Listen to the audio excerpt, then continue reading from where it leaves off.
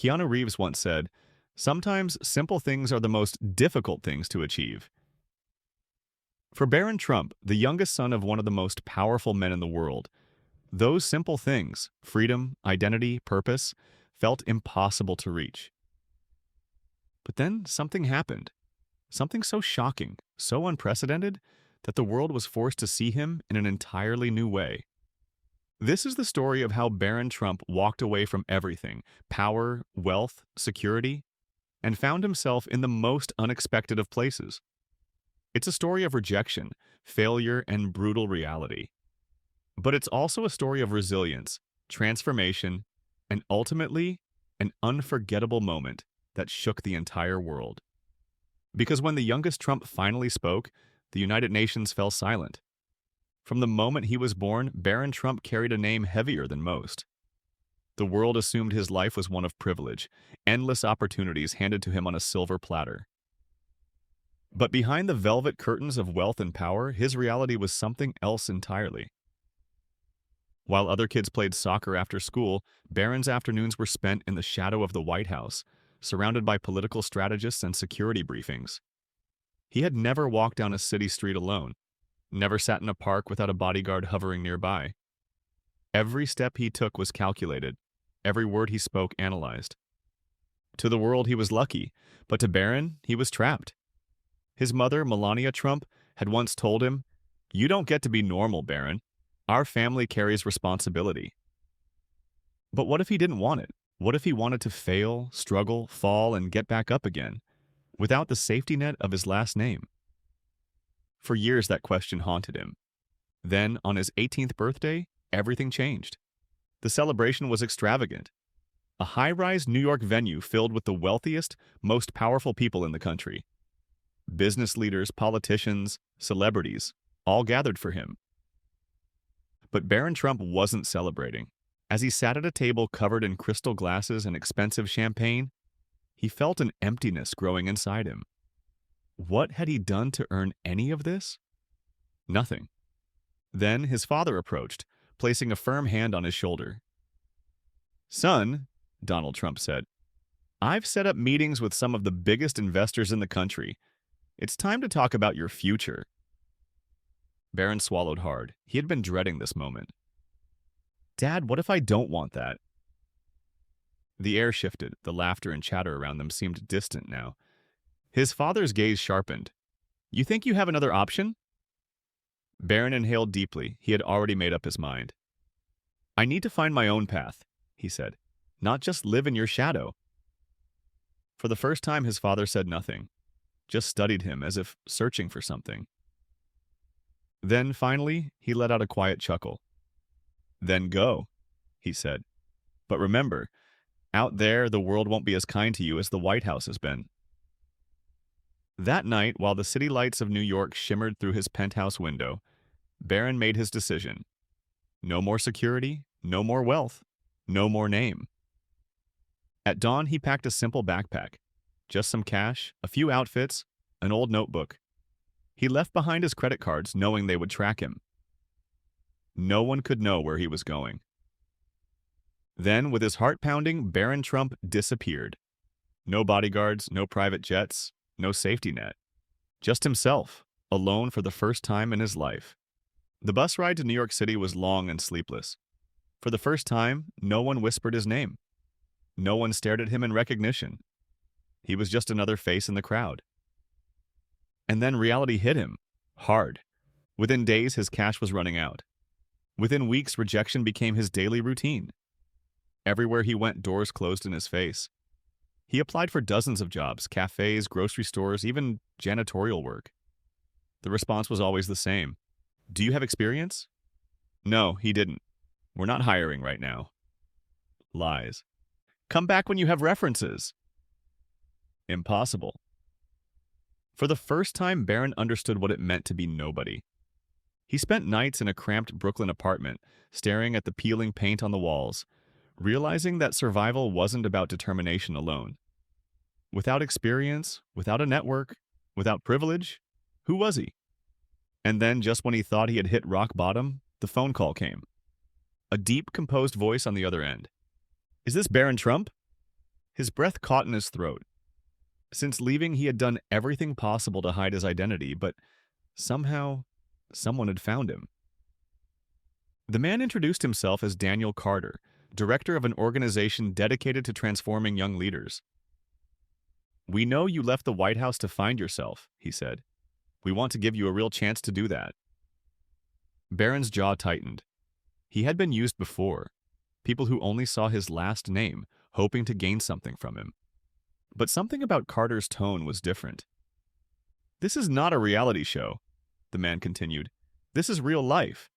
You'll be taken to a place where no one knows who you are. You'll have to survive on your own. No money, no safety net, no second chances." Barron's pulse quickened. It was terrifying. It was reckless. It was exactly what he wanted.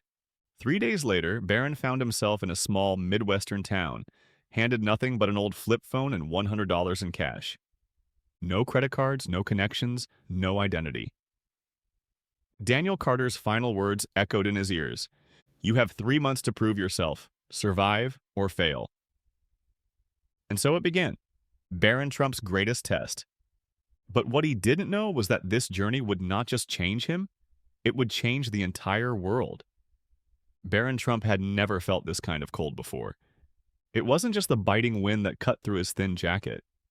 It wasn't the unforgiving nights spent in a cramped apartment with a heater that barely worked.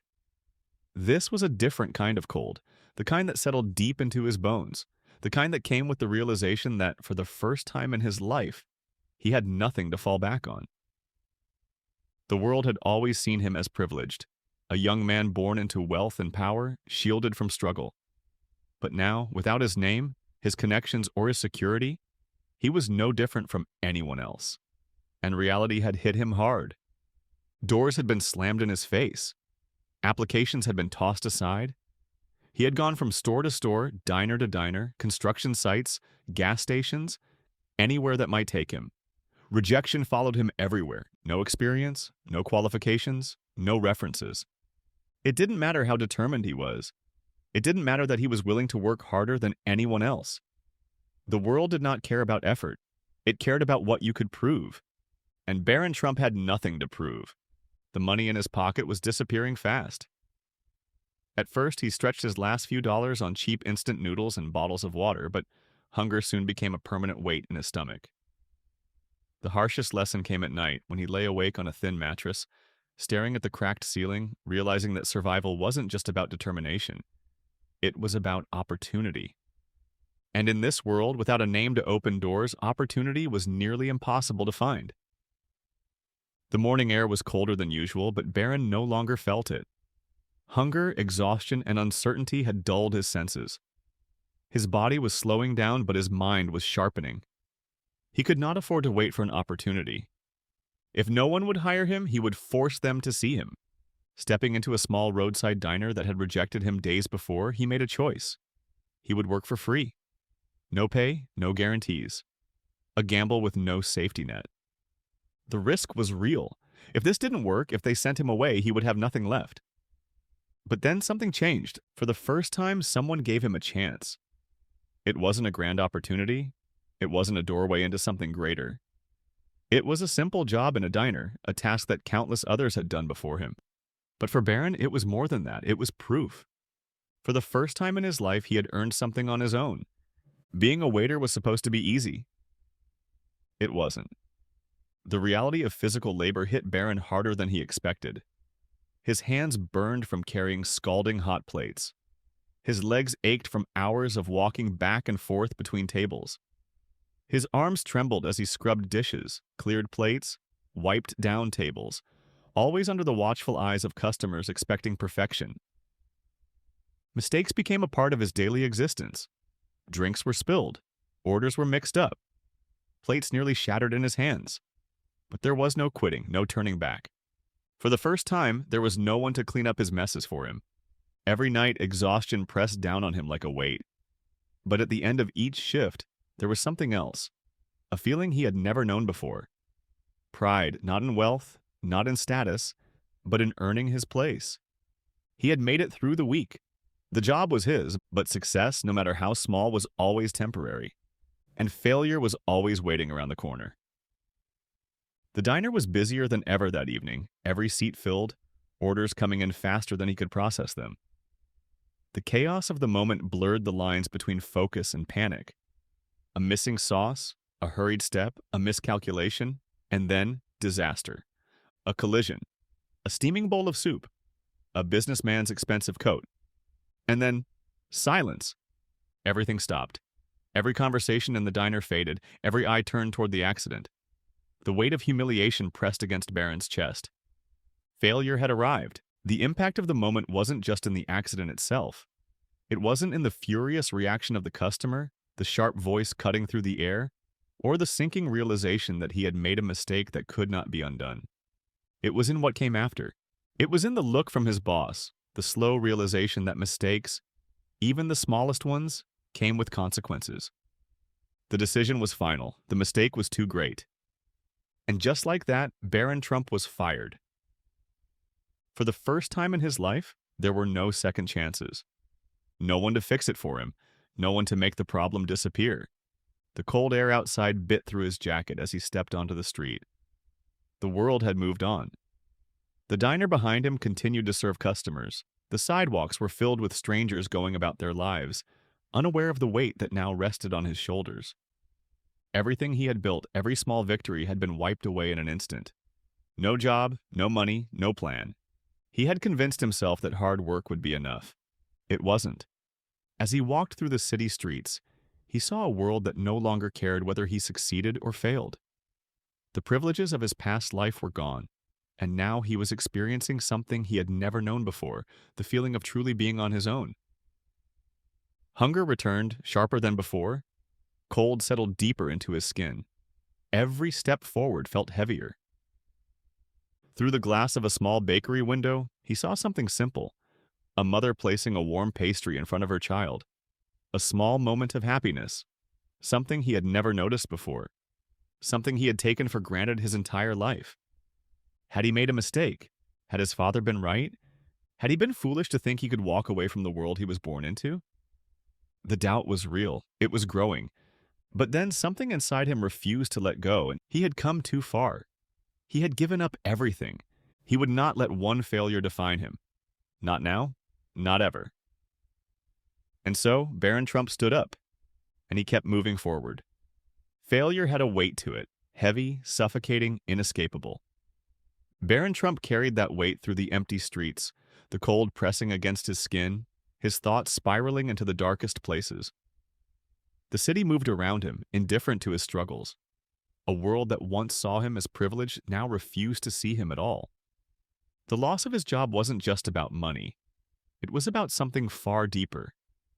He had convinced himself that hard work alone would be enough, that if he just kept pushing forward, the world would eventually let him in. But that wasn't how things worked. Mistakes had consequences, and now he was standing on the edge of something dangerous. The realization that no one was coming to save him. The last few dollars in his pocket wouldn't last the week.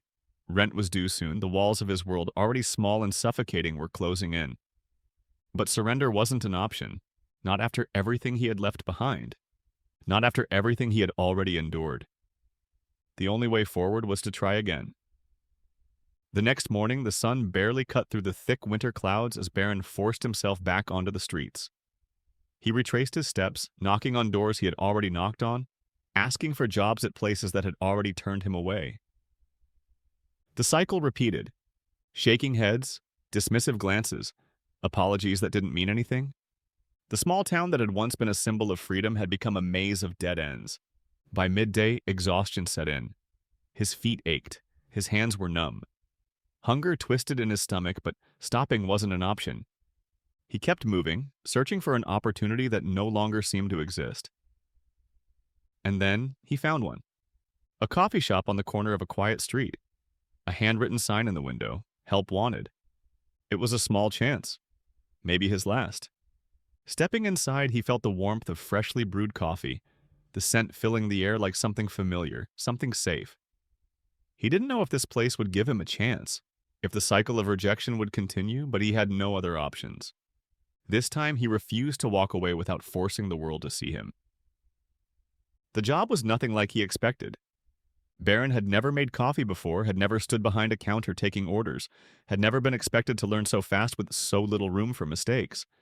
And at first he failed. His lattes were weak. His cappuccinos were too strong. His hands, still unsteady from hunger and exhaustion, spilled drinks more than once. Each mistake was a reminder of how much he didn't belong. But he refused to let failure win. Every night, long after the coffee shop closed, he stayed behind to practice. He memorized the drinks, studied the techniques, adjusted his grip on the milk pitcher, experimented with espresso shots until he could taste the difference between a perfect pull and a failed one. He became obsessed with getting it right, and slowly the mistakes became fewer, the movements became sharper, the work, once impossible, became second nature. For the first time, he didn't feel like an outsider.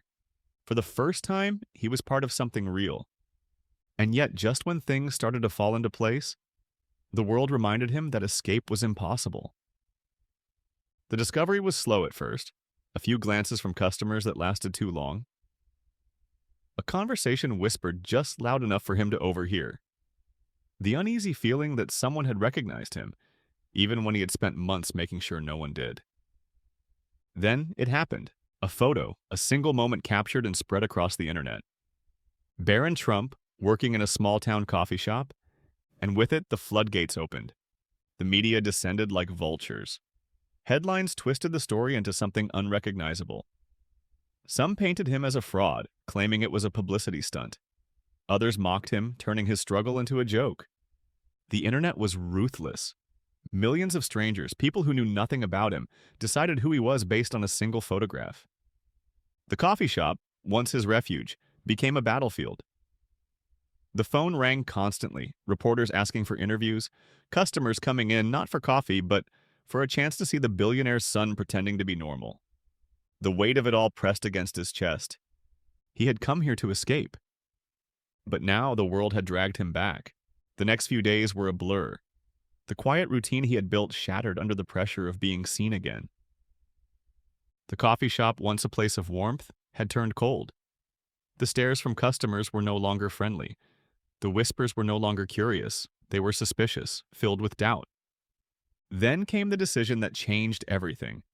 The coffee shop couldn't afford the attention. The owner, once willing to take a chance on him, now saw him as a risk. And just like that, he lost his job. Again, Barron Trump had walked away from the world of power, but the world of power refused to let him go. The media had taken his story away from him, but as he stepped onto the streets once more, feeling the weight of failure settle over him again, something inside him shifted. This was no longer just about proving something to himself. This was about taking back control. For the first time, he wasn't running. This time, he was going to fight. Failure had visited Barron Trump twice now, once at the diner, once at the coffee shop. Each time he had built something real, something of his own, only to have it ripped away. But this time, it wasn't just his mistake that caused it. It was the world, the cameras, the headlines, the relentless eyes of a society that refused to let him be anything other than the son of a former president. Barron had walked away from wealth and privilege to build a life from the ground up. But no matter how far he ran, his past had found him, and it had twisted his journey into a spectacle. The media had taken his struggle and turned it into a joke. Strangers debated whether he was truly trying to carve his own path, or if it was all a carefully constructed illusion. The internet was divided. Half the world called him an inspiration, while the other half called him a fraud. And for the first time, Barron realized something terrifying. It didn't matter what he did. It didn't matter how hard he worked, how much he fought, how many times he got back up after falling. As long as he stayed silent, other people would always control his story. And that was when everything changed. For days, Barron avoided the internet. He walked the city streets, hands in his pockets, avoiding the eyes of strangers. He had spent months proving to himself that he could survive without his last name, but now it seemed like no one would ever let him be anything else. The doubts crept in. The anger grew. Then came the moment that shattered everything. A video surfaced online, a manipulated clip of Barron at the coffee shop, cut and edited in a way that made it look like he was mocking the people around him. His words, taken out of context, turned against him. and it spread like wildfire. Barron Trump fake trended worldwide. Late-night talk shows used him as a punchline. Critics tore him apart. People who had never met him, who had never seen the struggle, who had never felt the weight of hunger and rejection he had endured, they all decided who he was. And that was the moment Barron knew. Silence was no longer an option. The decision came without hesitation. For months, he had avoided social media, ignored the press, refused to feed the spectacle. But now he understood. If he didn't speak, someone else would always tell his story for him. That night, alone in his small apartment, he turned on his laptop, opened his camera, and hit record. For the first time, the world would hear his truth. His voice was steady, his words were clear. He spoke about the struggle, the failures, the rejection, the reality of starting from nothing in a world that refused to forget who he was. He spoke about the way the media had twisted his journey, about how the world had judged him before ever giving him a chance. And then he said the words that no one expected. He wasn't looking for sympathy. He wasn't trying to prove anyone wrong. He was fighting for something bigger than himself. He was fighting for anyone who had ever been told they couldn't break free from the expectations placed on them. For the young people trapped in their circumstances. For those who had the will, but not the opportunity. And with that, Barron Trump took back control. The video spread faster than anything before. Millions watched, millions listened. The hashtag that had once mocked him, #BarronTrumpFake, transformed overnight into #IStandWithBarron. The same media outlets that had torn him apart now scrambled to rewrite the narrative. The same people who had criticized him were now forced to confront the truth. And for the first time, Barron wasn't just the son of a former president. He was a voice that mattered.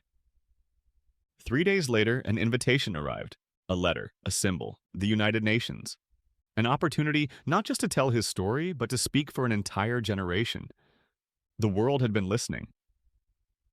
And now it was time for him to stand before it. The invitation sat on the small wooden table in Barron's apartment, its edges crisp, its message clear. The United Nations. It was more than just a speaking opportunity. It was a stage where the world listened.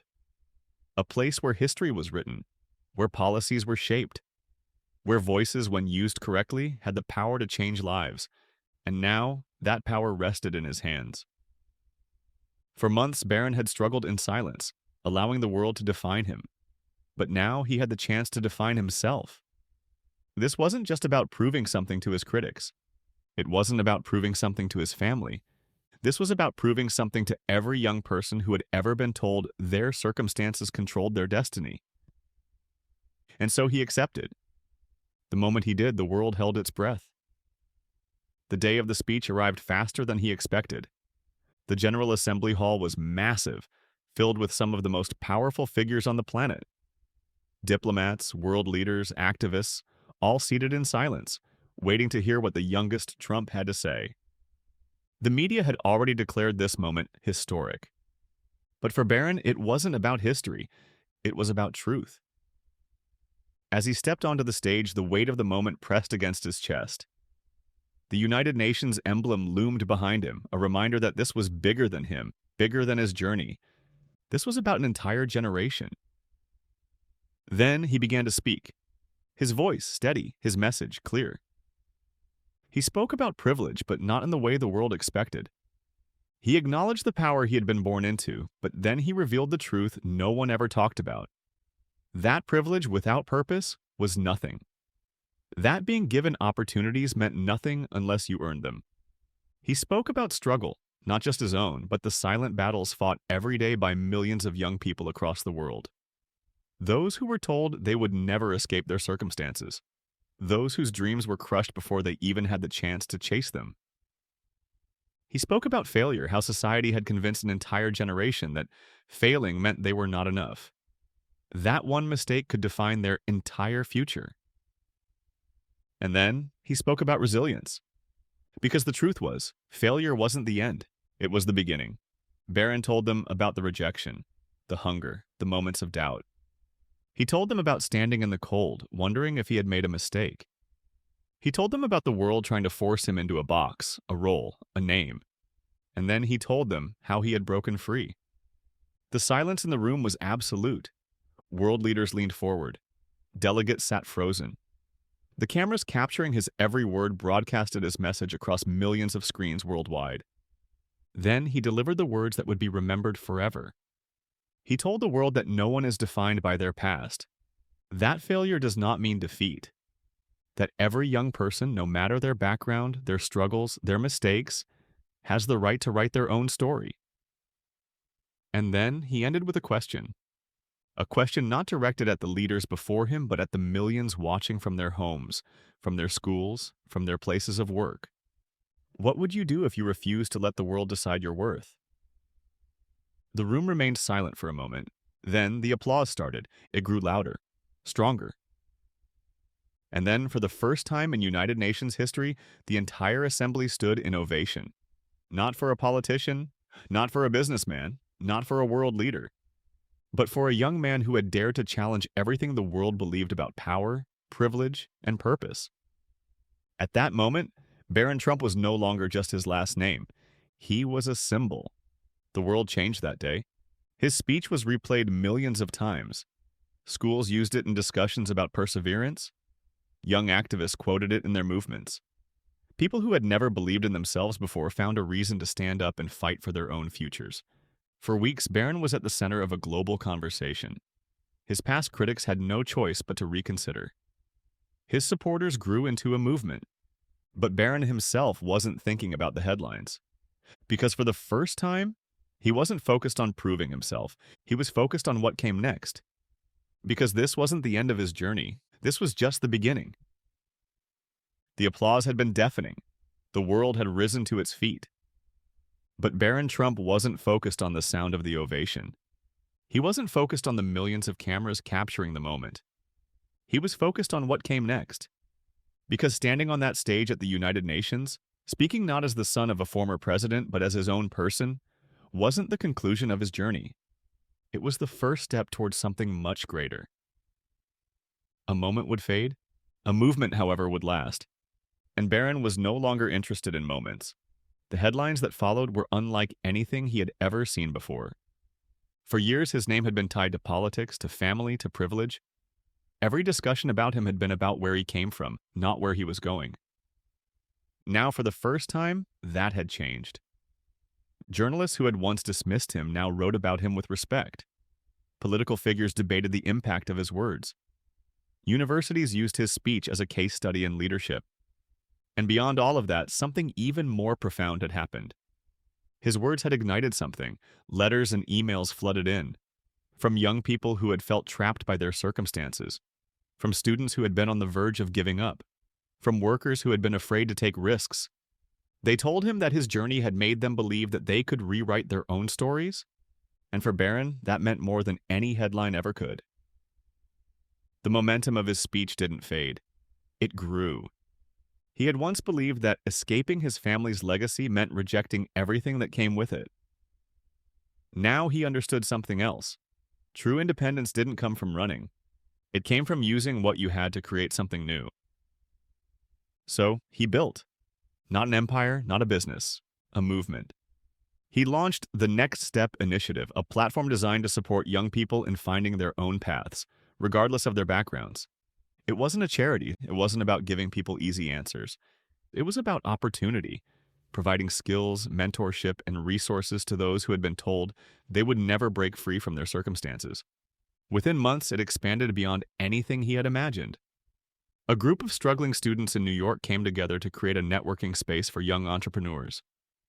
A school in Chicago, inspired by his journey, launched a program helping students gain work experience before graduation.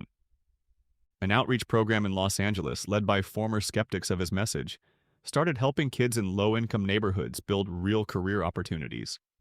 None of it was about him anymore. It was about them. And that, more than anything, meant he had succeeded. One evening, as the city lights flickered outside his apartment window, his phone rang. A familiar voice greeted him, his mother. She had watched everything, the speech, the headlines, the transformation. For a long time, there had been silence between them, but now there was understanding. She had once told him that he carried responsibility because of his name. Now she saw that he had created a new one. And in that moment, Barron realized something profound. His father's legacy had been built in politics. His own legacy would be built in people. Barron Trump had begun this journey as a boy trying to escape his name. He ended it as a man who had redefined it. His story wasn't about privilege or rebellion. It was about the truth that no one is bound by expectations, that anyone, no matter where they come from, has the right to choose who they become. And that sometimes breaking free isn't about walking away. It's about building something greater than yourself. And this wasn't the end of his journey, it was only the beginning.